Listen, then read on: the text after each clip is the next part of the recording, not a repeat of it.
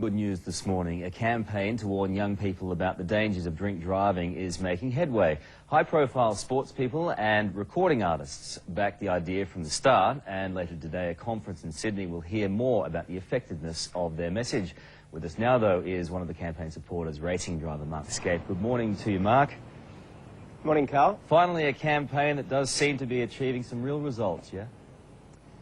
Yeah, well, the acronym is Recording Artists, Actors and Athletes Against Drink Driving, and, you know, I think if we can have a few of us put some effort into creating a message out there for young people and the awareness of that in terms of the potential hazards of drink driving and the dangers associated with that, then it's got to be good, and we're working pretty hard with it. There seems to be a very high percentage of people that are getting the message, in particular, in relation to this particular campaign. Yeah, as you said, I think today there'll be some statistics and some percentage change maybe that we can look at, but based on that, again, it won't be for a while that you see some results, and I mean, the fact of it is, if we save one life, you know, it's worthwhile, and it's more sort of tailored towards not being wowsers about it. It's not necessarily trying to change Australian culture, but it's trying to change the way we organise ourselves to do those things. So if you're going to go out and have a drink, organise a dedicated driver or a hire car or a cab to pick you up. It's one of the ones that we're trying to make a more prepared, you know, young person in adulthood. I know that you wanted to keep those percentages relatively quiet until the conference, but I'm going to blow the lid on them now. 70% success rate. That's brilliant, isn't it? Well, look, it's very, very good. I mean, as I said, we're trying hard. It's something that you know, I think in the wider community is certainly worthwhile, and no doubt, you know, it's a massive cost to Australia.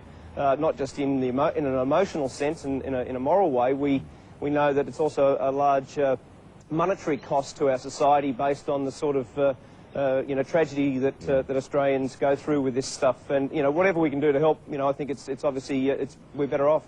Mark, why do you think it is that this particular campaign is striking a chord? Well, I think a little bit of it, Carl, is more about having some names associated and things that young people take notice of. That's not necessarily me, but lots of other people. You know, Craig Lowndes, Marcus Ambrose, Peter Brock are also involved in it from a motor racing perspective. As I said, anything that we can do to make that message more communicated in a qualitative way is going to assist. All right. I want to raise another couple of points with you, points that are being bandied around at the moment. Some people are calling for drivers to be on their P plates for longer, and others are calling for curfews. Where do you stand on both of those, quickly? Well, the first one is on curfews. I'm not really a supporter of curfews, to be honest. I think it's too difficult and hard to police in terms of the workability of that as a regulation.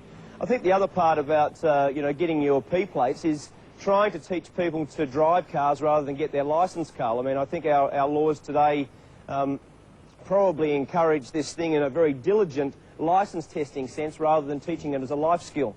And if you want to do things better, you've got to practice and you've got to be out there more. So to be learning to drive and be more proficient when you get your licence is what that should be aimed at. All right, Mark, thank you very much for that great advice, and well done on the campaign.